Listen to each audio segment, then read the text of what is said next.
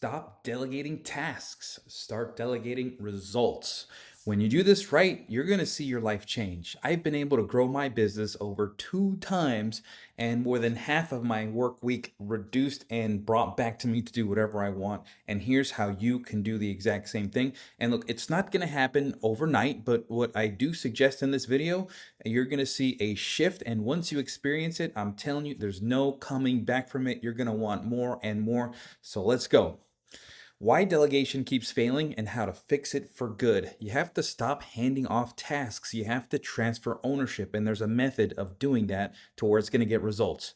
Listen, you delegate work and it still ends up coming back on your plate. I've done this over and over and over. Tasks keep bouncing back to you. The team always needs you, and nothing moves forward unless you push. I thought I was delegating, I was just offloading, okay? I was assigning tasks without clarity. I had no ownership, no accountability passed on, and I had to rebuild all of this from scratch once again. I'd hired people. I'd probably spent over $50,000 just wasting my time and spinning my wheels, and I don't want that to happen to you. Maybe you're going through that right now. You have to transfer ownership, not just tasks and not just offloading things for the sake of offloading. You need to delegate. They need to take ownership of whatever it is that you're tasking them.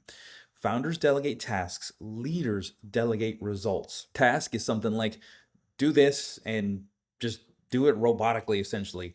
Results equals you own the outcome. So what this does is it empowers your people, whoever works for you, your outsourcers, your employees, to own the outcome, to improve the outcome. I used to think that I was the only one to be able to do certain things, so I held on to those tasks. But once I learned that other people can do it at least 80% better, that was good enough for me. 80% of something is better than me doing it at 100% when you count the hourly rate that I'm worth. And you are worth that as well. You are the most expensive asset to your business. So you shouldn't be doing, or I should say, most valuable asset to your business, and you shouldn't be doing some of the things that you're doing. But if you can transfer ownership, that's going to be the game changer right there. And more often than not, if you put qualified people in place, they're going to make it way better than you. We want to avoid the whole your team being stuck in the what's next situation. All right, so there are 4 levels of delegation, and let's start from the bottom. Offload is basically where you toss work over the fence. Assigning it is you give it a to-do. Support is where you guide towards the solution. And own is when they define success and they report outcomes. You need to move from offloading work to transferring ownership. As you move up the triangle, as you can see, you are getting towards where the person you delegate to owns it, okay?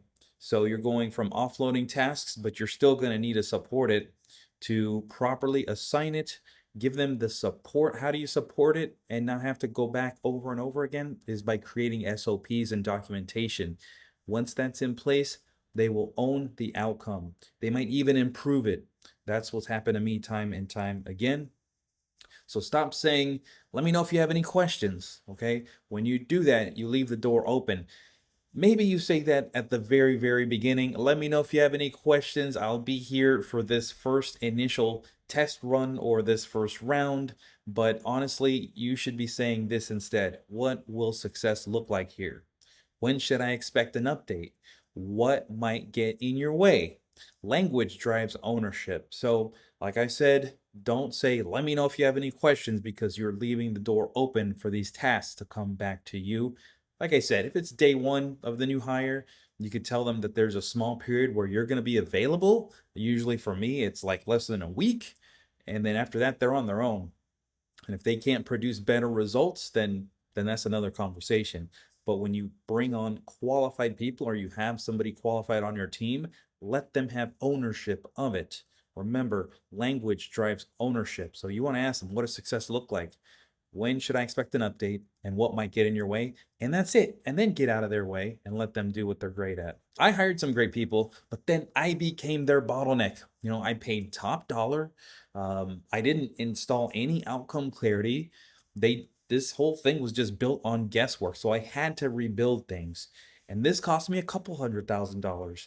because this lasted for several years and this always kept bringing back the task back on my plate because I didn't transfer ownership. I was paying good money, but basically I was giving money for me to essentially do their work for them, or at least quality control their work, and that's not what I hired them for. So if you want freedom, you need to give your team responsibility with clarity. I promise you they can handle it. I promise you, when you offload this and you see that the whole business won't fall apart, it's going to change your life.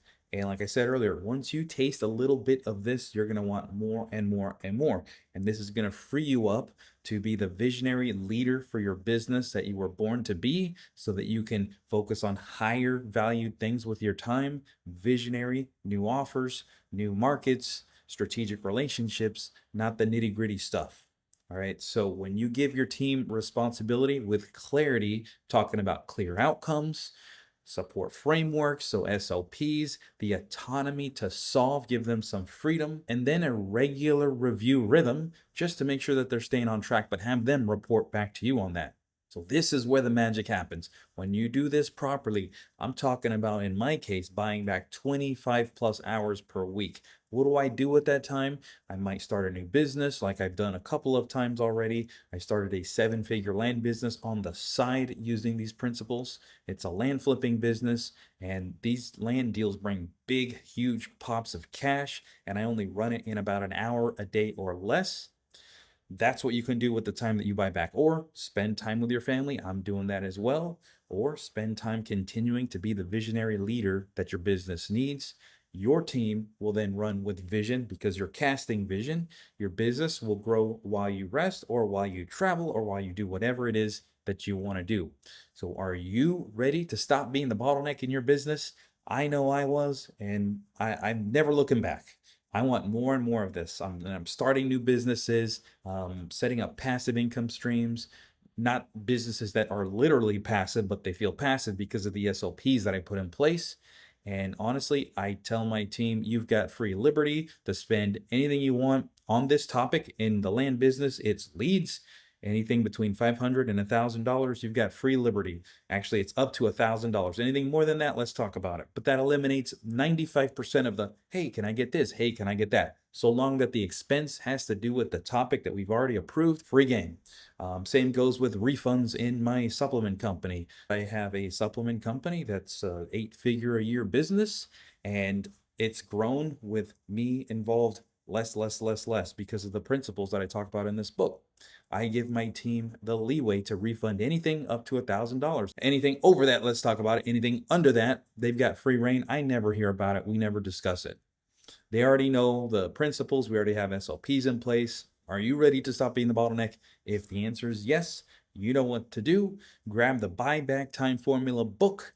This is a step-by-step guide to real delegation. It's free. Just help me cover shipping. This is a physical book that you'll receive in your hands. There's so much like online stuff.